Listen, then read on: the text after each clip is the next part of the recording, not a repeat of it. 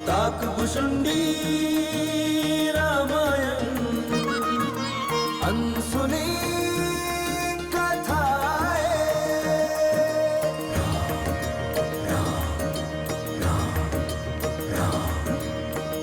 मंगल पावन सरस सुहावन, काकभूषुंडी की रामायण। दुविधा शंका दोष मिटाती, मर्यादा का पाठ पढ़ाती। राम रघुपति राम राघव राम राजा राम, राम रघुपति राम राघव राम राजा राम। जय श्री राम जय श्री राम जय श्री राम जय श्री राम जय श्री राम जय श्री राम जय श्री राम जय श्री राम। राम, हम लंकेश के सेवक तुम्हारा हरण करके तुम्हें लंका ले जाएंगे। शिष्य, आप ये सीढ़ियां देख रहे हैं, ये 108 हैं और इनके शीर्ष पर भगवान शिव का एक मंदिर है। आपको प्रतिदिन वहां पहुंचकर गर्भगृह में स्थित शिवलिंग के विग्रह को जलाभिषेक करना होगा।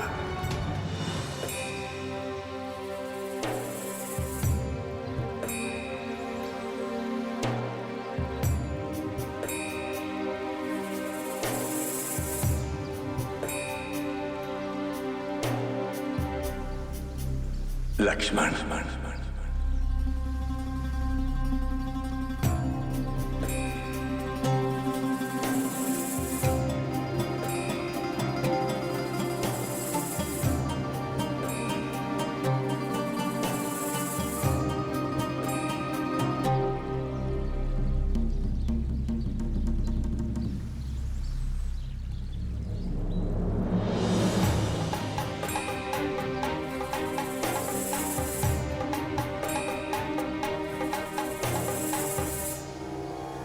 भरत,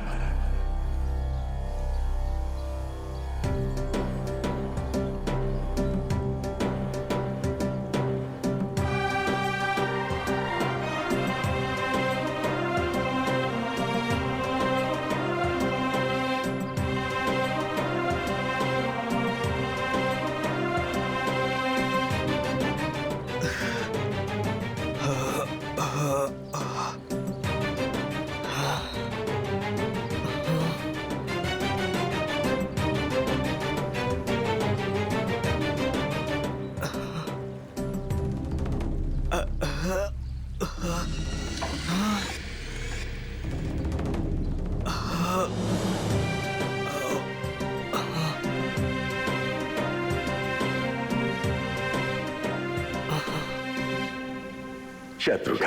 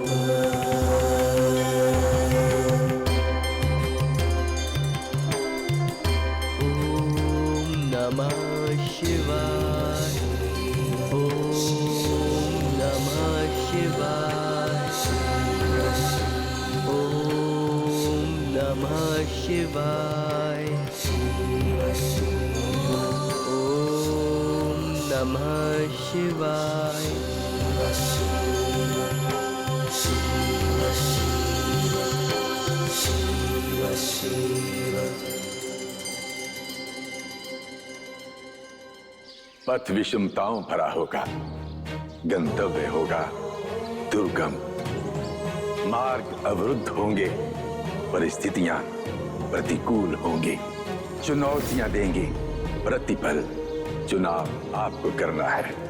श्रम, साहस, संघर्ष आपका सफलता से आलिंगन कराए। सुविधा, भय और कायरता पतन का मार्ग खोले। क्षत्रिय के मस्तक का तिलक होता है वीरता। विषम को सैम में बदल दो, बाधाओं में अवसर ढूंढो और प्रतिकूल परिस्थिति को अनुकूल बना।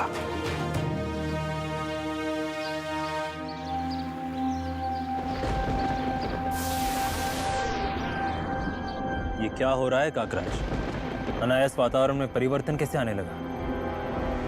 कुछ विचित्र सा, भयावह सा। ये दशानन लंकेश के अहंकार का प्रभाव है। ये स्वर्ण से दमकती लंका पर दुर्भाग्य के बादलों के रूप में छाता हुआ दिखाई दे रहा है। अवश्य ही लंकेश इस ओर आ रहा होगा।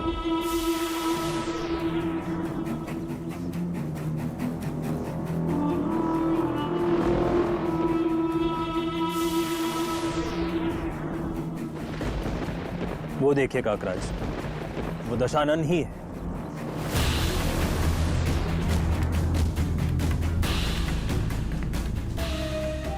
पुनः कहीं से दुष्कर्म करके वापस लंका लौट रहा है।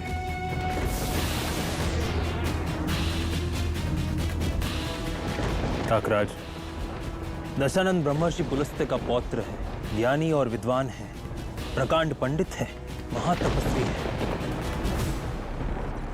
फिर भी इतना अहंकारी और दुराचारी कैसे हो गया? पक्षराज, आपने दशानन के बारे में जो कहा वो सब सत्य है। दशानन ऋषि कुल से होकर भी मातृकुल से राक्षस वंशी है। बालपन से ही माता कैकसी ने उसे राक्षसी संस्कार दिए हैं। कैकसी ने राक्षस संस्कृति के विस्तार के लिए दशानन से तपस्या करवाई, जिससे वो महाशक्तिशाली हो जाए और समस्त संसार पर राक्षसों का शासन स्थापित हो सके। ये तो सत्य है। वैसे भी राक्षस देही शक्ति में बाकी सबसे अधिक होते हैं और वही शक्ति उन्हें उन्मुक्त और उच्छृंखल बनाती है, दुराचार के लिए प्रेरित करती है। दुराचारी मनुष्य शक्ति प्राप्त करके दुराचार ही करता है, शक्ति का दुरुपयोग करता है। अवध्यता का वरदान प्राप्त होते ही दशानन का अहंकार जाग उठा। उसने तपस्या करके जो पुण्य अर्जित किए थे, अब पाप कर्म में लिप्त होने के कारण उन पुण्य कर्मों का क्षय होना आरंभ हो गया है। वरदान उसके लिए अभिशाप बन सकता है, इसका उसको भान ही नहीं है।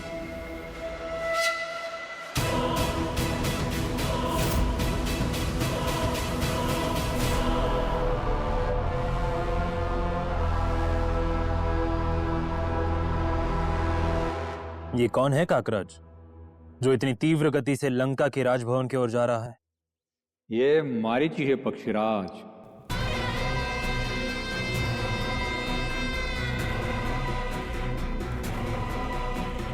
दशानन की मां कैकसी के पारिवारिक संबंध से ये दशानन का मामा है।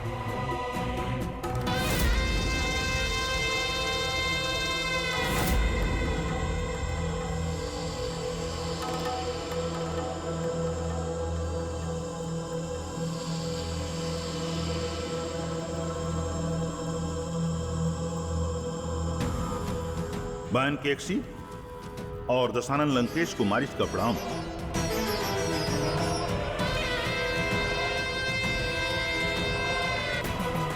बताइए, लंका की राजमाता को एकाएक आज मारिच की आवश्यकता कैसे आन पड़ी? मारीच, मेरे पुत्र दशानन ने मेरे कहने पर तप किया और ब्रह्मा से वरदान पाया कि देव, दानव, यक्ष, गंधर्व, किन्नर, नाग, इन सब से अवध रहोगे तुम। किंतु मात्र अवध्यता का वरदान पाना मेरा लक्ष्य नहीं था। मैं अमरत्व चाहती थी पुत्र दशानन के लिए, किंतु ब्रह्मदेव ने ऐसा नहीं किया। अब तुम मेरे पुत्र दशानन का मार्गदर्शन करोगे कि मेरा पुत्र अमर कैसे हो सकता है। किंतु मैं इसमें क्या मार्गदर्शन कर सकता हूं बहन केकसी?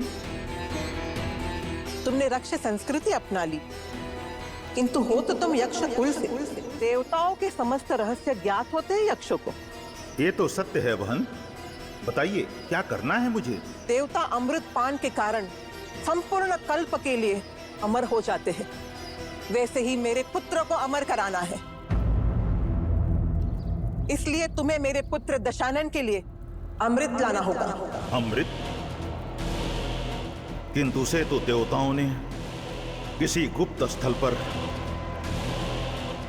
कड़ी सुरक्षा घेरे में रखा हुआ है। इसीलिए तो हमने तुम्हें यहां बुलाया है मामा मारीच। अब तुम हमें बताओगे कि अमृत कहां रखा हुआ है।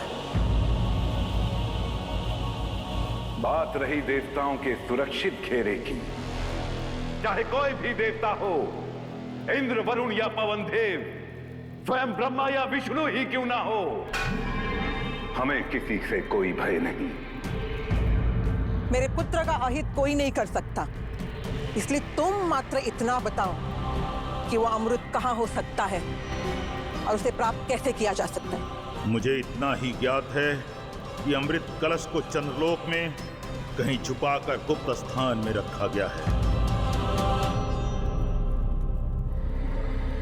जिसे प्राप्त करने का मात्र एक उपाय है। क्या उपाय है?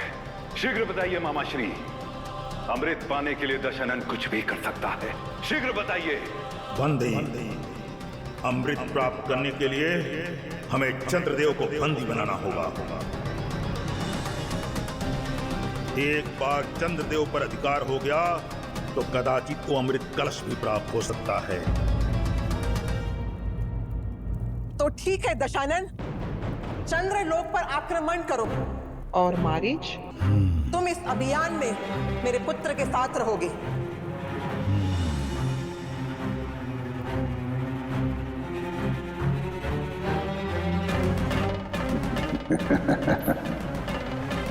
चंद्रदेव,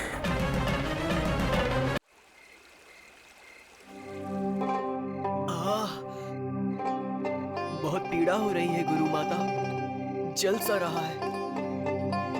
चिंता मत करो भरत, ये जलन शीघ्र ही तुम्हें स्वस्थ कर देगी।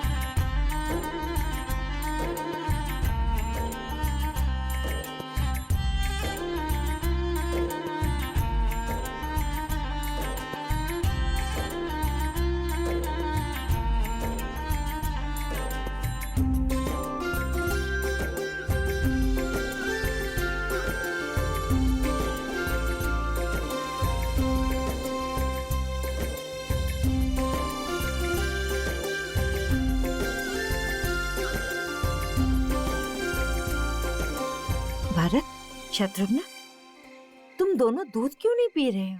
हमें अच्छा नहीं लगता। और हल्दी वाला तो और भी अच्छा नहीं लगता गुरु माता। दूध में हल्दी घोलकर पीने से रोग प्रतिरोधक क्षमता बढ़ती है, देह स्वस्थ होता है, रक्त की शुद्धि होती है और मांसपेशियां मजबूत होती है। फिर तुम बलवान बन जाओगे। मैं तो ऐसे ही बलवान हूँ, मुझे इसकी आवश्यकता नहीं है गुरु माता। हाँ हाँ, बलवान तो तुम हो, किंतु देखो, तपती धूप में बल प्रशिक्षण के कारण तुम्हारी त्वचा मलिन पड़ गई है और तुम्हारा दमकता मुखड़ा मुरझा सा गया है। ये आप क्या कह रही है गुरु माता? क्या ये सत्य है राम भैया?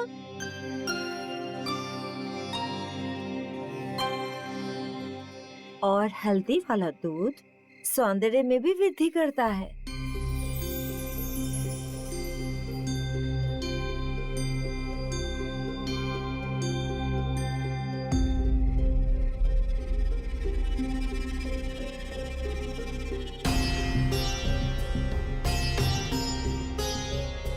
राम,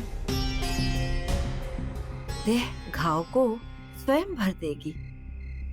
घावों की चिंता नहीं है मुझे गुरु माता। आज हम सबका प्रदर्शन निराशाजनक रहा। प्रयत्न यदि पूर्ण रूप से किया गया हो तो लज्जा कैसे राम? आज प्रथम दिवस था, अभ्यास करोगे तो लक्ष्य को प्राप्त कर ही लोगे।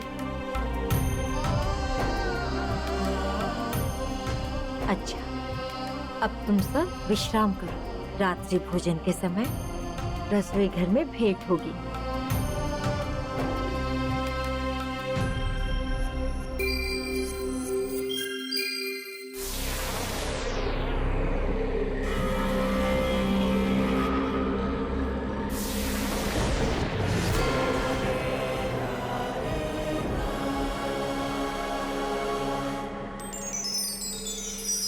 वो देखिए लंकेश, वो है चंद्रदेव का भवन।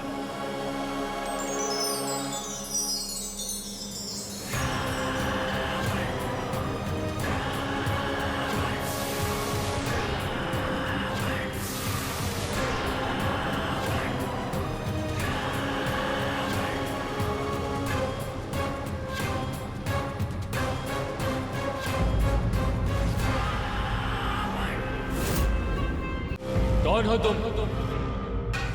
और बिना अनुमति के चंद्रलोक में आने का दुस्साहस कैसे किया तुमने?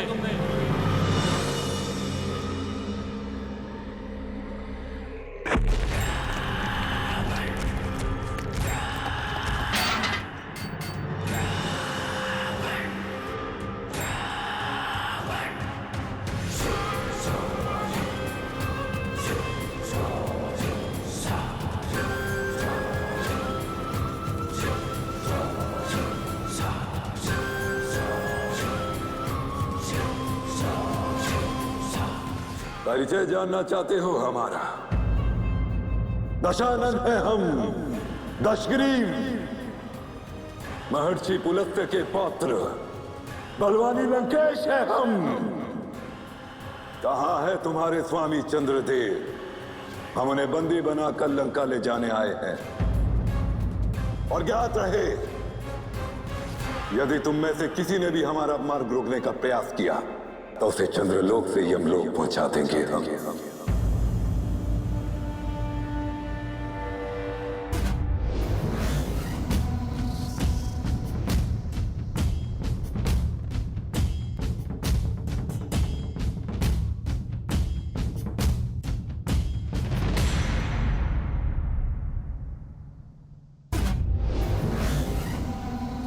कहां हो तुम?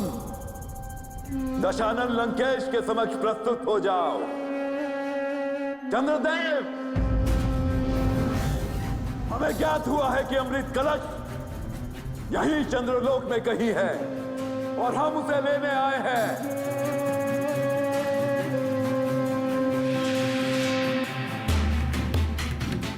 तुम्हारी भलाई इसी में है कि तुम स्वयं वो अमृत कलश हमें सौंप दो, अन्यथा उस कलश के साथ साथ हम तुम्हें भी बंदी बनाकर लंका ले जाएंगे।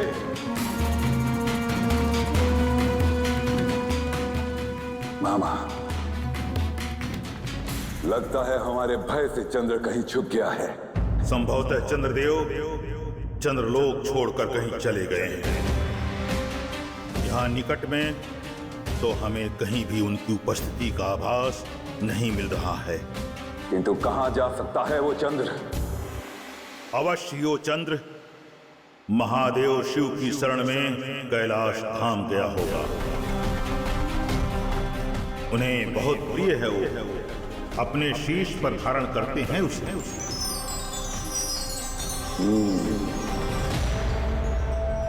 महादेव चंद्रमा को शीश पर धारण करने के कारण चंद्रशेखर भी कहलाते हैं वो।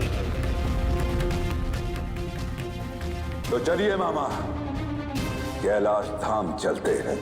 चलते हैं, किंतु परंतु जैसे शब्द लंकेश के शब्दकोश में ही नहीं है मामा। वो शिव, काल हो या महाकाल, हमें किसी से कोई भय नहीं। चलो कैलाश।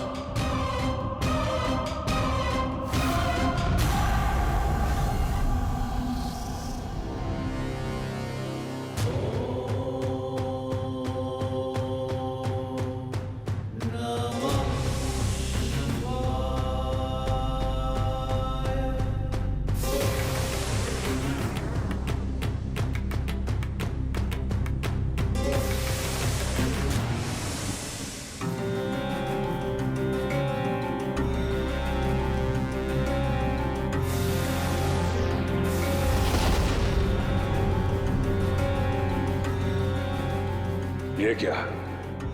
एकाएक ये पुष्पक विमान रुक कैसे गया?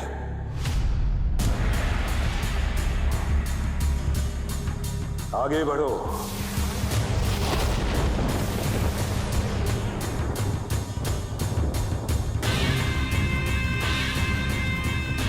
मन की गति से चलने वाला, मन का आदेश तक मानने वाला ये पुष्पक विमान आगे क्यों नहीं बढ़ रहा? यहां से आगे नहीं जा सकते हो तुम।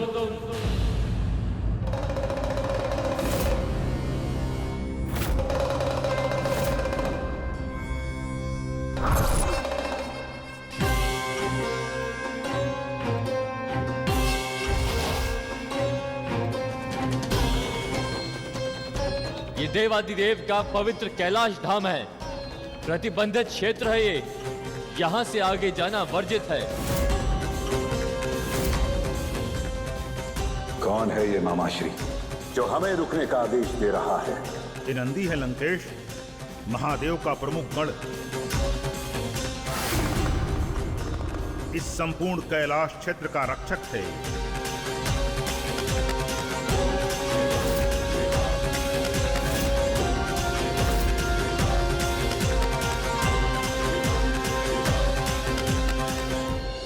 तो हमारी भुजाओं की शक्ति देखना चाहता है मूर्ख। ये तेरा कैलाश, ये लंकेश, इस कैलाश को भी अपनी भुजाओं से उठाकर लंका ले जा सकता है। अहं ब्रह्मास्मि।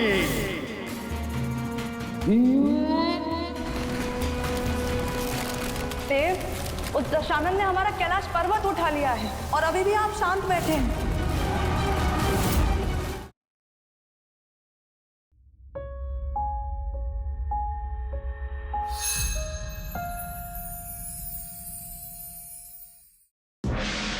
धरती और गगन में गूंजे श्री राम जय जय राम। सृष्टि के कण कण में गूंजे श्री राम जय राम। आदि यही है, अंत यही है, श्री राम जय राम। सीमित और अनंत यही है, श्री राम जय राम। यश कीर्ति धन सहज दिलाए, श्री राम जय राम। भव से नैया पार लगाए, श्री राम जय राम। भव से